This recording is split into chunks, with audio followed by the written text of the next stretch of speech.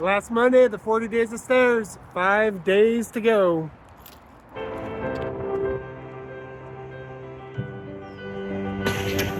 Today I was running, and this guy passes me in the car. And it's about 100 degrees out here, 70% humidity. And the guy comes back around, looks at me. He pulls his car by me and says, "Why are you out here?" I said, "Because you're not." Sometimes your motivation needs to be because no one else wants to do it.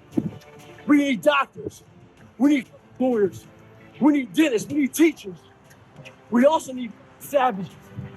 This message I do is not for everybody. So I want to see that soft voice about, do you have sunscreen on? This message is dangerous. It's too hot. I'm not asking you to be like me. Do you? Stay hard. So today, I decided to try to PR my long run. So the first half of the run, I'm feeling great. My mind is clear, nothing going on. Thinking about nothing but my running pace, what I'm doing, my breathing, everything like that. Get to mile 15, I turn around, and the demons start to creep in. That inevitable wall's creeping up on me. When you push so hard, something's about to give. And I start to give. My mind started to break down. I started feeling my legs starting to hurt. I started feeling dehydrated. Started feeling sorry for myself. Started looking around. No one knows I'm fucking out here running. Why don't you go ahead and just stop? Call your girl, have her pick you up. And that's when I feel like a little. And this is when your mind has to change. You gotta start thinking, I'm the greediest in the world. Your dehydration, lick your lips. Your fucking legs are all sore. You feel like you got shin splints and stress fractures. No, you don't. You got sore legs. Get out of your head and stay hard. I just had an intense conversation about managing your expectations, how people need to manage their expectations, and about tripling down on your strengths and don't worry about your weaknesses. If anybody out there knows who I am, I totally disagree with all of that. I think it's crap, and that's exactly how the people in the world become weaker people. It's by capping your brain, it's by putting this kind of garbage in it about not attacking what you're not good at. It's about putting a cap on managing your expectations.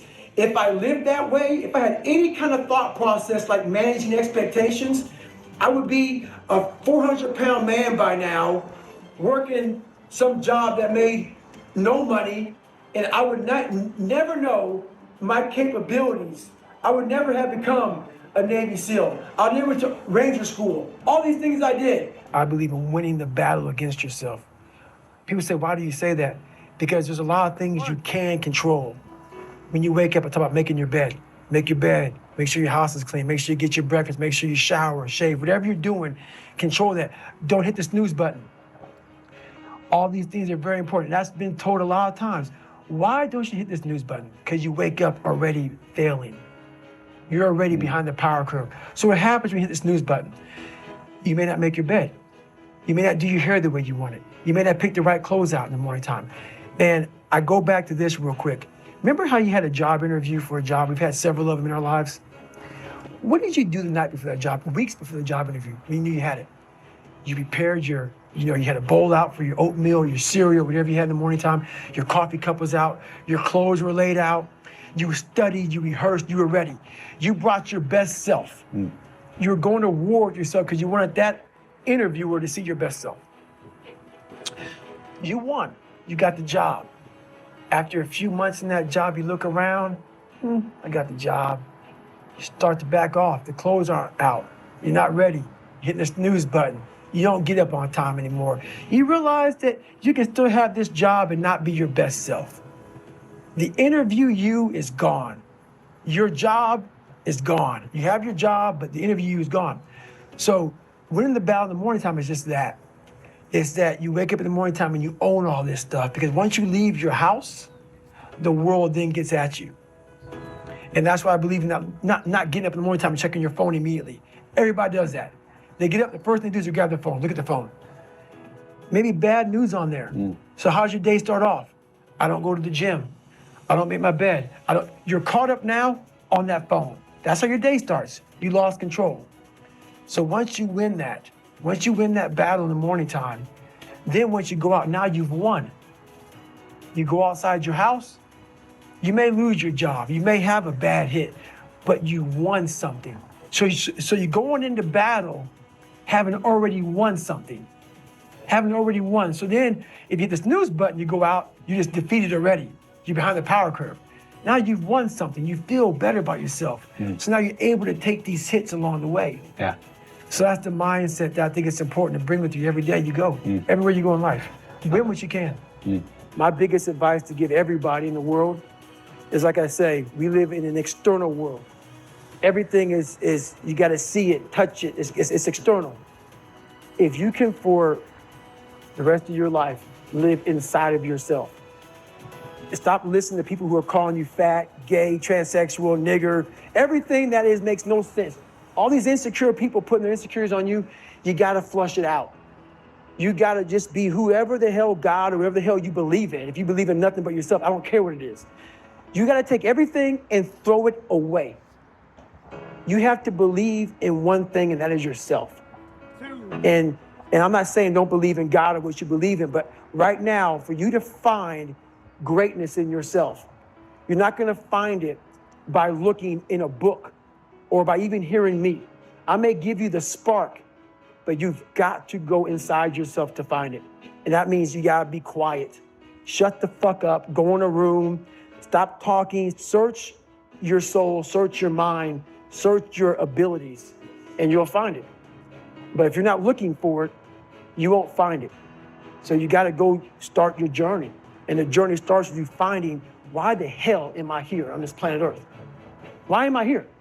And if you don't know that, you will live the rest of your life searching, always asking the question, why? They have the woe is me mentality. It's too hard. Life isn't fair. These things in life are not easy for me. You look to your left, you look to your right, and you start to judge yourself off other people. Like, if you're a female, well, she's skinny and she doesn't work out as hard as I do. And everything starts to corrupt your mind. You start to look around too much at other people and what they're doing, and that starts to corrupt your own dialogue. We are judging ourselves against too many fucking people. You have to judge yourself against yourself. And that's the one thing I started learning, man. This isn't a race against me and Rich Roll. This is a race against David Goggins and David Goggins alone. And once you can silence all that bullshit, all the outside interference and things that are attracting your mind to everything, you can then start to grow in realizing I'm stressed out for no reason. This is my own little race. This is my own timeline, and this is how I'm going to run it. I started getting around these real alpha males, these hard men. And I always put people way above me when I was growing up. Like, my God, they had to have a lot more than me to get to where they're at. And a lot of them did.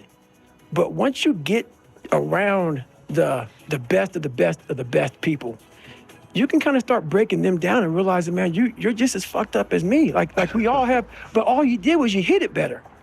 Your upbringing, your mom and dad, your society, the way you were raised, it hit it better than mine. You weren't the only black kid, or there was like 5 in a school. You know, I can't hide. Going through Buds, I was the only black kid. You can't hide. But I started realizing